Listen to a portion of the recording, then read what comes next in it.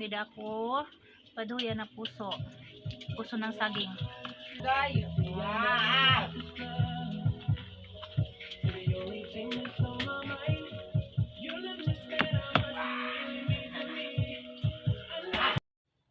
Si Bunso nga pala mga beyang nagluto ng puso ng saging. Sabi ko sa kanya, bago ako pumunta ng bayan, ay magluto na siya ng ulam para pagdating ko, kakain na lang ako.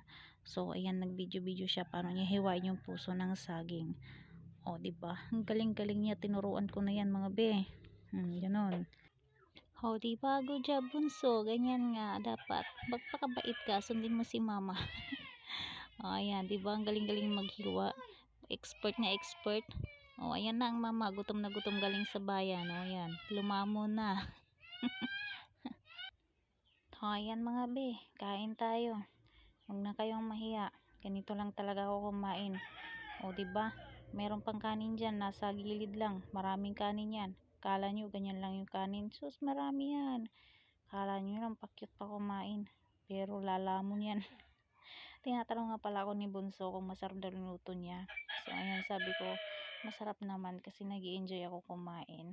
O, diba? Sarap talaga. Sarap yan magluto si Bunso kasi tinuruan ko na yan. Tara, kain na tayo. Kung nakaabot kayo hanggang dito, i-comment nyo kung ilang piraso na sarap ko.